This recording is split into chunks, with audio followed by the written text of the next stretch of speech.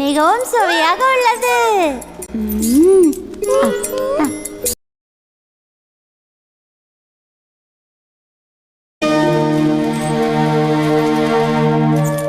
வாருங்கள் அண்ணா, அந்த நீர்வீழ்ச்சியில் ஸ்நானம் செய்துவிட்டு வரலாம்.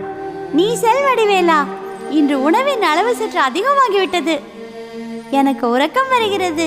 அதிகமாக உண்பதால் நீங்கள் சுறுசுறுப்பையும் இழந்து விட்டீர்கள் அண்ணா. யாரை பார்த்து கூறுகிறாய்? நான் உன்னை விட அதிவேகமாக செயல்படுவேன். வீண்வாதம் எதற்கு அண்ணா? நீங்கள் எனக்கு நிகராக ஓடக்கூட முடியாது. உனக்கு என் சக்தியை பற்றி தெரியாது முருகா. நாராயண நாராயண, உங்களில் யாருக்கு சக்தி அதிகம் என்ற சந்தேகமா? அதற்கு ஒரு வழிதான் உள்ளது. ஒரு போட்டி நடத்தினால் விடை தெரிந்து கொள்ளலாம். அது என்ன போட்டி நாரதரே?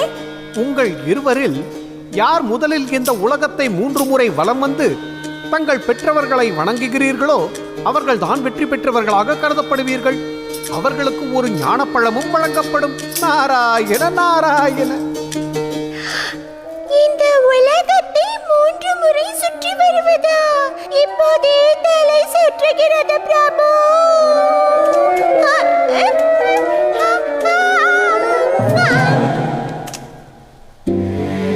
இந்த போட்டிக்கு நான் தயார். நானும் இதை ஏற்றுக்கொள்கிறேன்.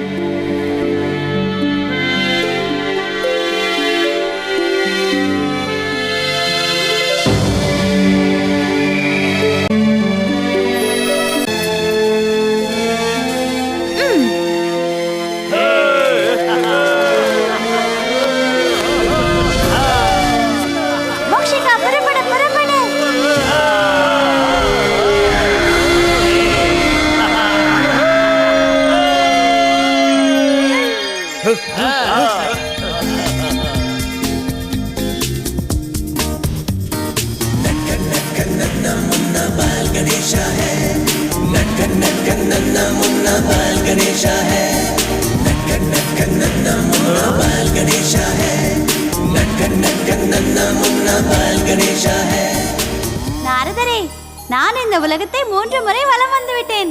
எவ்வாறு? தாங்கள் இந்த கைலாயத்தை விட்டு நகரவே இல்லையே? அனைத்தும் அறிந்தவர் நாரத முனி. எமது அம்மையும் அப்பனும் இந்த உலகத்திற்கே சமமானவர்கள். அம்மை அப்பனை சுற்றி வந்தால் அது உலகத்தை சுற்றியதாகத்தானே அர்த்தம்.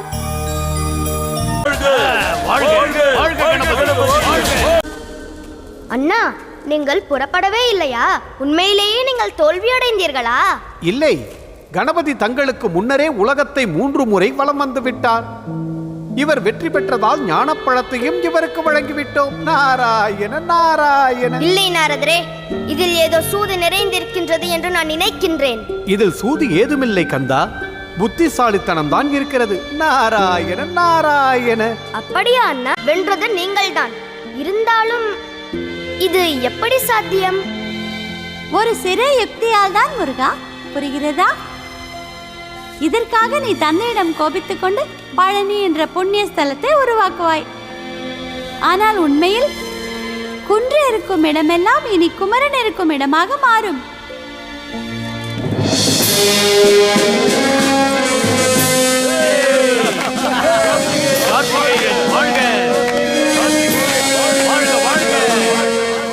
वक्रतुण्ड महाकाय सूर्यकोटि समप्रभा निर्विघ्नं कुरु मे देव सर्वकार्येषु